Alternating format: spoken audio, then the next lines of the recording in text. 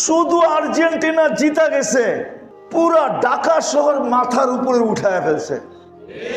না মনে হয় আপনারা এলাকায় থাকেন না, ঠিক না? উম্মত বড় ভালোবাসে উম্মতকে। জার্সি আর ফ্ল্যাগ, হায় হায় হায়, কসম খোদা মনে চায় চিৎকার দিয়া কাঁদি। দিলের ব্যথা তো কাউকে বলতে পারি না। ওই দিন গেছিলাম আমিন বাজারের দিকে, যত বড় বড় ব্যানার। 16 ডিসেম্বরও তো এত বড় ব্যানার লাগায় না জাতীয় পতাকা।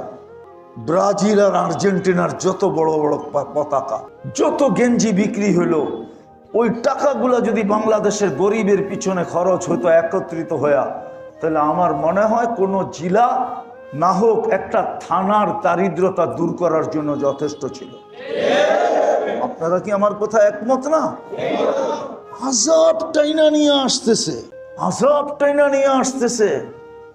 আগের দিন সন্ধ্যার সময়, এশারের সময় ভূমিকম্প হয়েছে, পরের দিন আর্জেন্টিনার খেলা ছিল।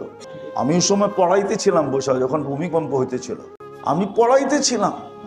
ওর পরের দিন হয়েছে, আমি পড়াইতে ছিলাম ওই দিন অন্য কারো খেলা ছিল। যা অবস্থা, তো যেটা বুঝাইতেছি, সুযোগ দিতেছেন, কাজে লাগাইতেছে। সুযোগ জানিও না, কাজেও লাগ। মহব্বতের কোনো মূল্য দিতেছি না, আল্লাহর অনুরোধ পর্যন্ত মারতেছি না। এই যে মুহররম মাস, আজকে রাত্রেই তো রোজা রাখবে, ঠিক না? 1 বৎসরের গুনাহ মাফ।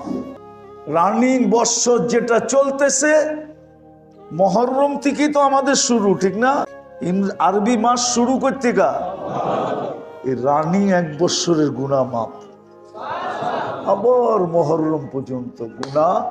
এমন পবিত্র মাস, 2টা রাখতে হবে, কালকে এবং পরশু। আল্লাহ রসুল বলছে 2টা রাখো। ইহুদিরাও রাখবে 10 তারিখে, ওরা 1টা রাখে। আল্লাহ রসুল বলছে তোমরা 2টা রাখো, 9, 10 অথবা 10, 11। সুযোগ দিছেন 1 বৎসরের গুনাহ মাফ। সুযোগ, বড় বড় গুনাহ মাফ করছি। মুহররমে বড় বড় গুনাহ আমি মাপ চাইলে মাফ করে দিব। বড় বড় গুনাহ তোমাদের এই মাসে যদি মাপ চাও তো আমি মাফ করে দিব। বড় বড় বিপদের থেকে বাঁচাইয়া দিছি। এই মাসে যদি বড় বড় বিপদের থেকে পড়া যদি বাঁচতে চাও, তাহলে আমার কাছে চাইলে আমি বাঁচাইয়া দিব। আরো শত জিনিস রাখা আছে এই মুহররমের ভিতরে। কিন্তু আফসোস তো এইখানে, যাদেরকে এত ভালোবাসেন, যাদেরকে এত সুযোগ দেন, যাদের কাছে আল্লাহ অনুরোধ করেন, জুলুম করো না। গুনাহ সবচেয়ে বড় জুলুম। আর আমরা দুমায়া গুনাহ করতেছি।